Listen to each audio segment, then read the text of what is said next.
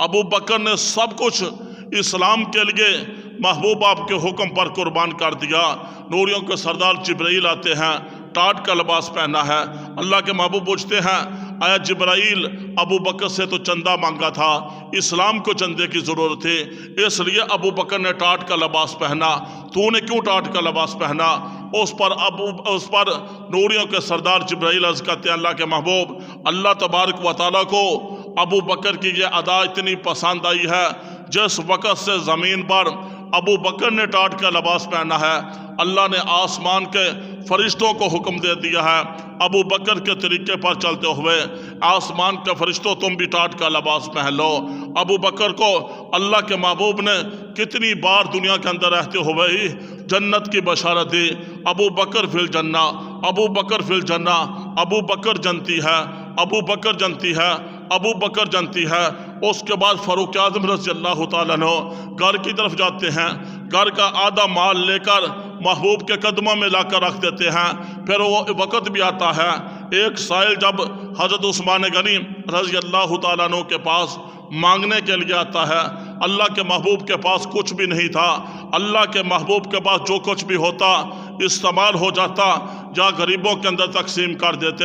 یہ ہمارے ماحول معاشرے کی طرح صحابہ کی زندگیاں نہیں تھی، گھر کے اندر سب کچھ ہونے کے باوجود، ہر چیز کی فراوانی کے باوجود زبان سے ناشکری کے الفاظ نکلتے رہتے ہیں، ہر چیز ہونے کے باوجود اللہ کی ناشکری کے جب کلمات زبان سے نکلتے ہیں، یہ نعمتیں میرا رب پھر چھین لیتا ہے۔ اللہ کا قرآن کہتا ہے اگر تم نعمت کی شکر کرو گے، نعمت پر اللہ کا شکر کرو گے، اللہ تمہاری نعمت کو بڑھا دے گا، اگر نعمت کے باوجود ناشکری کرو گے اللہ تمہاری نعمت کو چھین لے گا۔ نعمت پر ناشکری کرنا نعمت کے چھن جانے کے لیے کافی ہے، اور نعمت پر شکر کرنا نعمت کے بڑھ جانے کے لیے کافی ہے۔ لہٰذا اس وقت اللہ کے محبوب صلی اللہ علیہ وسلم کے بعد کچھ بھی نہیں تھا۔ اللہ کے محبوب نے فرمایا جاؤ عثمان کے پاس جاؤ، چھوٹے چھوٹے گھر ہوا کرتے تھے، عثمان کے دروازے پر جب سائل جاتا ہے اور عثمان غنی رضی اللہ تعالیٰ عنہ اپنی بیوی سے کہہ رہے تھے اللہ کی بندی رات جو چراغ ہوتے تھے چراغ کی بتی موٹی کر دی، جس کی وجہ سے تیل کا زیادہ خرچ ہو گیا۔ جب بتی موٹی ہوتی ہے تیل زیادہ خرچ ہوتا ہے، جب بتی ہلکی ہوتی ہے پھر تیل کا خرچ کم ہوتا ہے۔ یہ چراغ جلتے رہے ہمارے گھروں کے اندر بھی ہمیں بھی پتہ ہے۔ تو اس طرح جب سائل نے یہ کلمات سنے، کس کنجوس کے پاس کملی والے نے بھیج دیا جو اپنی بیوی کو بتی موٹی کرنے کی وجہ سے ڈانٹ رہے ہیں، یہ مجھے کیا دیں گے؟ اس کے بعد جب ملاقات ہوتی ہے، عثمان سے بات ہوتی ہے کہ عثمان میں مانگنے والا ہوں، اللہ کے محبوب نے تیری طرف بھیجا ہے، مجھے کچھ نہ کچھ دو، میں ضرورت مند ہوں۔ عثمان غنی رضی اللہ تعالیٰ عنہ گھر کی طرف جاتے ہیں اور گھر سے ایک اشرفیوں کی تھیلی لا کر اس سائل کو دے دیتے ہیں۔ وہ سائل بڑا حیران ہوتا ہے اور حیرانگی کے اندر پوچھتا ہے اے عثمان، اپنی بیوی کو تو بتی موٹی کرنے کی وجہ سے ڈانٹ رہے تھے، مجھے اتنا دے دیا، میری کئی نسلوں کے لیے کافی ہے۔ اس پر عثمان غنی رضی اللہ تعالیٰ عنہ نے بہت پیارا جملہ ارشاد فرمایا میں تمہیں نہیں دے رہا، اس مال کے عوض اللہ سے جنت کا سودا کر رہا ہوں، اللہ سے جنت کا سودا کر رہا ہوں۔ جو کچھ بھی دنیا کے اندر انسان خرچ کرتا ہے، اللہ اور اس کے رسول کے حکم کے مطابق جو خرچ کرتا ہے وہ اس کے لیے ذخیرہ آخرت بنتا ہے، اس کے لیے جنت کا سودا ہوتا ہے۔ میں تو جنت کا سودا کر رہا ہوں۔ اس پر عثمان غنی رضی اللہ تعالیٰ عنہ نے فرمایا اپنی ذات کے لیے پھونک پھونک کر خرچ کرنا ہے، پھونک پھونک کر خرچ کرنا ہے۔ جب اللہ کے راستے میں خرچ کرنے کا وقت آ جائے، اللہ کے دین کے لیے، اسلام کے لیے، پھر سب کچھ اپنا دین اسلام کے لیے لگانا ہے۔ یہ صحابہ کرام رضوان اللہ تعالیٰ علیہم اجمعین کی زندگی کے جب ہم واقعات پڑھتے ہیں، صحابہ نے دین اسلام کے لیے اپنا تن من دن سب کچھ قربان کیا،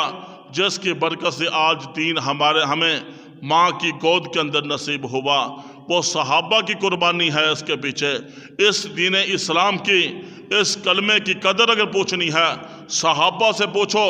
ہمیشہ انسان کو کہ دل کے اندر اس چیز کی اہمیت ہوتی ہے جس پر انسان کا مال بھی لگے، جان بھی لگے، اور جو ہے وقت بھی لگے۔ جب انسان کا مال جان وقت لگتا ہے پھر اس کی قدر دل کے اندر بیٹھتی ہے۔ ایک آدمی نیا موٹر سائیکل خرید کر لاتا ہے اور خریدنے کے بعد کھڑا کرتا ہے، اس کا اپنا ہی بیٹا جو دل کا ٹکڑا ہے، جو دل کا پھول ہے، جب موٹر سائیکل پر تھوڑا سا نشان لگاتا ہے، اب باپ کو بڑا غصہ آتا ہے، حالانکہ بیٹا ہے، کوئی بیگانہ بچہ تو نہیں، اگر بیگانہ ہو اس کو کے ساتھ تو پتہ نہیں کیا حشر ہم کریں، جو اپنا بیٹا ہے اس کو بھی ڈانٹتے ہیں، مارنے تک جاتے ہیں۔ اب ارے بھائی کیوں، یہ تو دنیا داری ہے، یہ دنیا کا مال فنا ہونے والا ہے، موت کے بعد یہ جتنے بھی عہدے ہیں، یہ گاڑیاں ہیں، کوٹھی بنگلے ہیں، مال و دولت ہیں، یہ بینک بیلنس ہیں، جتنے بھی بڑے بڑے بادشاہت کے عہدے ہیں، یہ سارے ختم ہو جائیں گے، منو مٹی کے نیچے چلے جائیں گے، یہ ختم ہونے والی باتیں ہیں۔ اس پر وہ کہتے ہیں کہ بھائی بڑی مشکل کے ساتھ تھوڑے تھوڑے پیسے جمع کر کے بڑی جو ہے محنت مزدوری کے بعد اس کو میں نے خریدا ہے، اس کے خریدنے کے پیچھے میرا مال بھی لگا، جان بھی لگی، وقت بھی لگا، لہٰذا اس کی اہمیت میرے دل کے اندر ہے۔ اس لیے دوستو، جس چیز پر انسان کا مال، جان اور وقت لگتا ہے پھر اس کی اہمیت دل کے اندر بیٹھتی ہے۔ حضرت صہیب رومی رضی اللہ تعالیٰ عنہ، ان کا بڑا مشہور واقعہ ہے، جب مکہ کو چھوڑ کر مدینہ طیبہ کی طرف ہجرت کرنے لگے، مکہ کے لوگوں نے ان کو پکڑ لیا اور پکڑنے کے بعد کہا، اے صہیب رومی، جب روم کو چھوڑ کر مکہ کے اندر آئے تھے تم غریب آدمی تھے، اور مکہ کے اندر آ کر تو نے تجارت کی،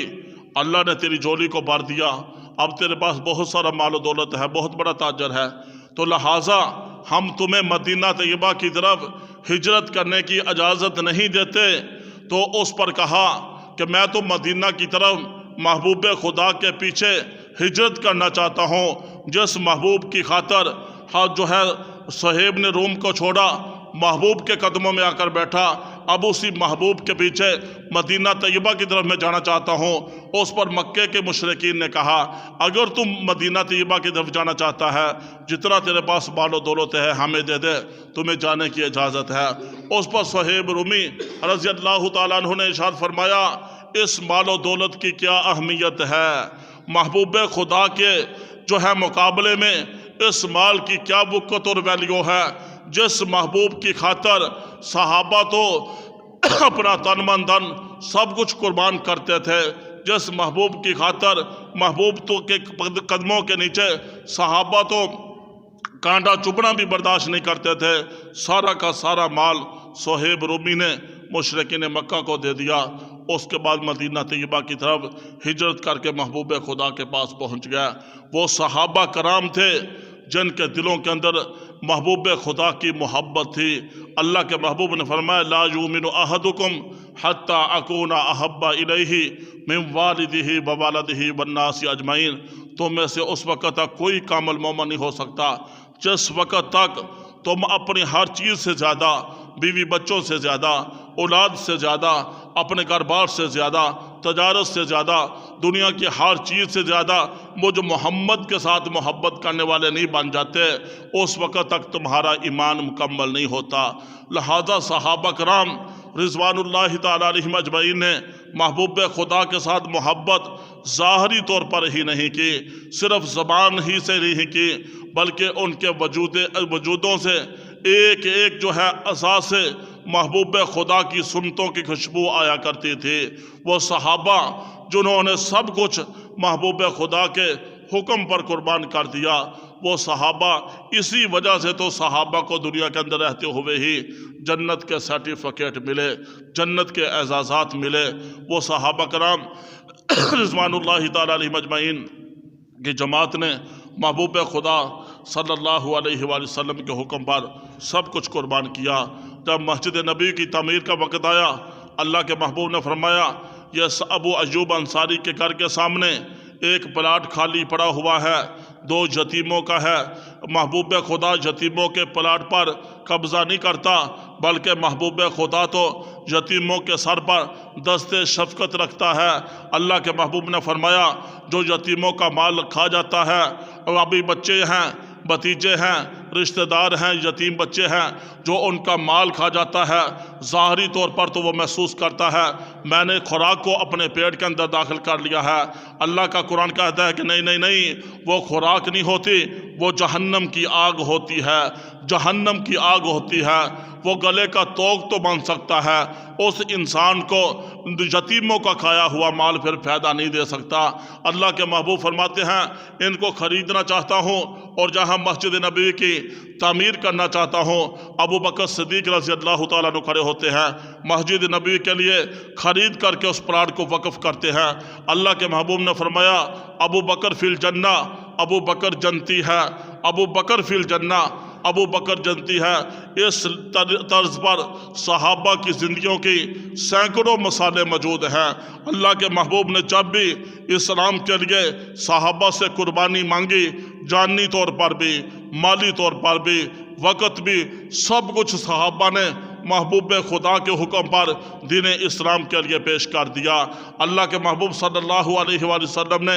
جس وقت بھی صحابہ سے قربانی مانگی، صحابہ نے اپنا تن من دھن سب کچھ قربان کر دیا اور محبوب خدا سے محبت کا اظہار، دنیا کے ہر چیز سے زیادہ محبت کا اظہار محبوب خدا کے ساتھ کر کے دکھا دیا۔ انسان دنیا کے اندر آیا ہے، انسان دنیا کے اندر ہمیشہ رہنے کے لیے نہیں آیا، بلکہ یہ امتحان گاہ ہے، یہاں چل چلائی کا مقام ہے۔ یہاں کتنے لوگ آئے، آج کتنے لوگ دنیا کے اندر تھے، بادشاہت کی کرسی پر تھے، وزارتوں کی کرسی پر تھے، بڑے بڑے مشیر تھے، بڑے بڑے تاجر تھے، بڑے بڑے عہدوں پر فائز تھے، آج وہ مرو مٹی کے نیچے پہنچ چکے ہیں۔ آج تو خوش نصیب ہیں وہ جن کے والدین قبروں کے اندر پہنچ چکے، پیچھے نیک اولادیں ہیں جو جمعے والے دن جا کر اپنے باپ کی قبر پر، اپنی ماں کی قبر پر کھڑے ہو کر ندامت کے آنسو بہا کر بچہ کہتا ہے اللہ میرے باپ کو معاف کر دے، اللہ میری ماں کے گناہوں کو معاف کر دے، میرا رب ترس کھاتا ہے۔ اللہ کو اس کی دعا کو قبول فرماتے ہیں، باپ کی مغفرت کا اعلان کرتے ہیں، ماں کی مغفرت کا اعلان کرتے ہیں۔ وگرنہ دنیا داری جنہوں نے سکھائی، جنہوں نے مال کی حرص سکھائی، مال اکٹھا کرنا سکھایا، دنیا داری سکھائی، آج ان کے ماں باپ کی قبریں کہاں ہیں، اولادوں کو پتہ ہی نہیں ہے کہ ہم نے کہاں دفن کیا تھا۔ ارے بھائی اپنے ہاتھوں سے دفن کیا ہوتا تو پتہ ہوتا، بیگانے آدمی، کرائے کے آدمیوں نے غسل دیا، انہی لوگوں نے رسم کے طور پر جو ہے مرو مٹی کے نیچے رکھ دیا۔ اب اولاد کو تو پتہ بھی نہیں ہے، اب میرے ماں باپ دنیا سے جا چکے ہیں۔ جب مردہ قبر کے اندر پہنچ جاتا ہے، کسی کا باپ پہنچ جاتا ہے، کسی کی ماں پہنچ جاتی ہے، کسی کا بھائی پہنچ جاتا ہے، کسی کا رشتہ دار پہنچ جاتا ہے، کوئی بھی انسان جب قبر کے اندر پہنچ جاتا ہے، اللہ کے محبوب کا فرمان ہے جب اس کو قبر کے اندر رکھا جاتا ہے، قبر کے اندر وہ بندہ اپنے عزیز و اقارب کی طرف سے،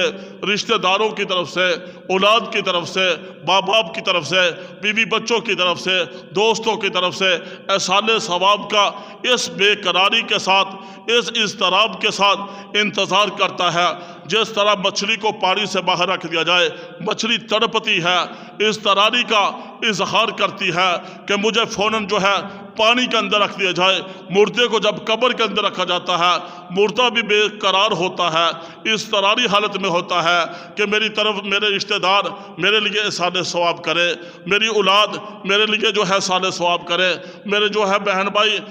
میرے لیے احسان ثواب کریں، تاکہ جو قبر کی مشکل ہے وہ آسان ہو جائے۔ اللہ کے محبوب نے فرمایا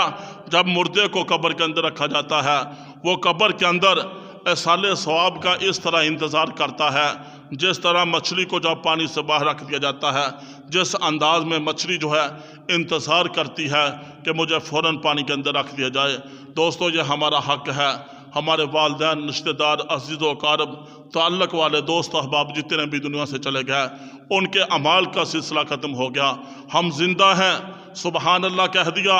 جنت کے اندر ایک درخت لگ گیا، سبحان اللہ کہہ دیا،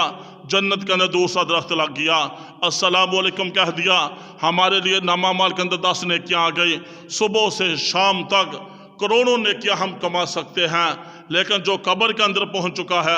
اس کے اعمال کا سلسلہ ختم ہو چکا ہے۔ اب ہم ان کے لیے کچھ بھیجیں گے تو ان کو اس کا فائدہ ہوگا، ورنہ بدعمالیوں کی وجہ سے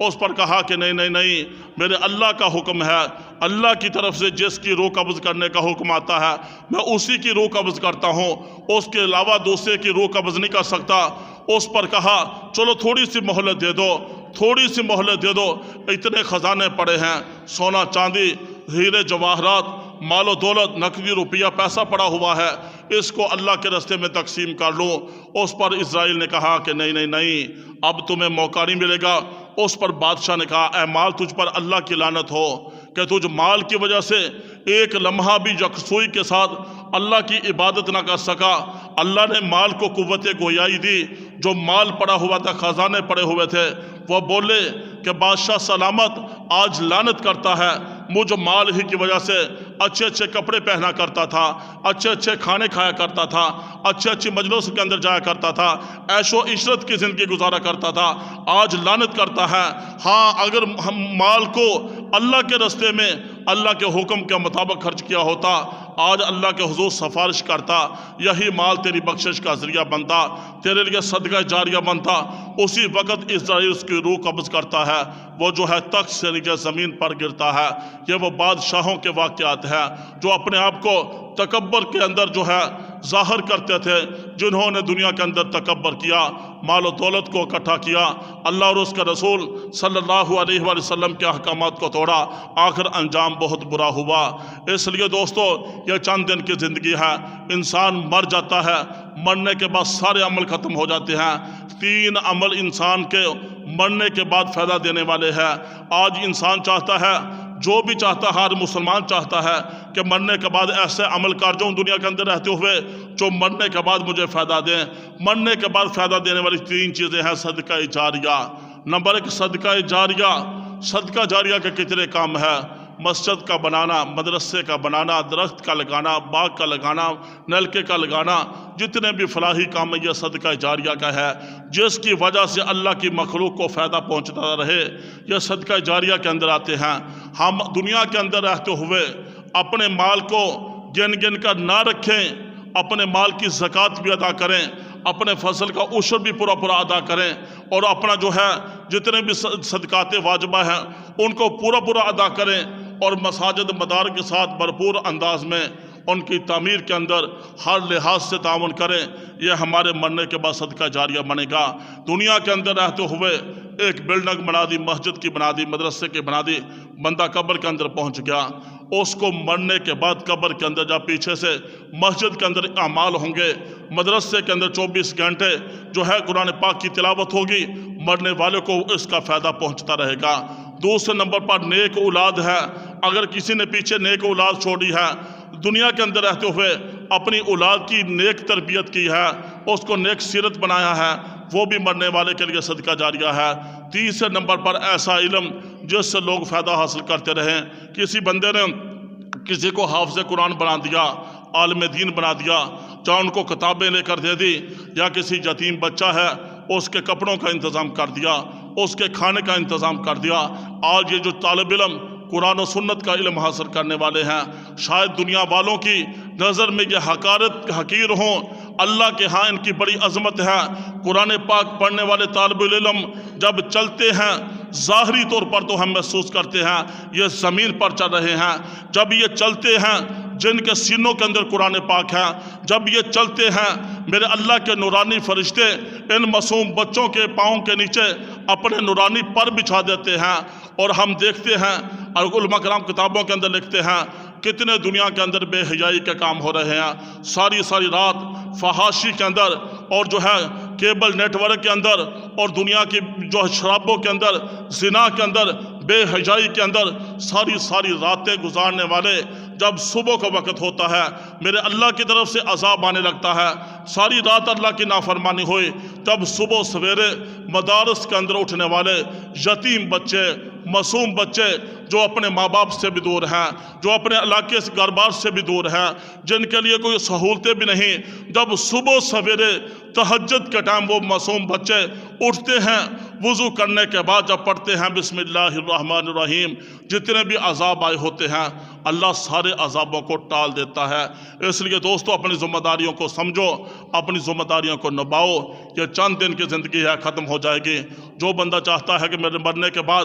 میرے لیے صدقہ جاریہ بنے، میرے فائدے کے لیے وہ کام کر کے جائے، صدقہ جاریہ کے کام کر کے جائیں۔ اللہ تبارک و تعالی ہم سب کو دین اسلام کی سمجھ نصیب فرمائے۔ ابو بکر نے سب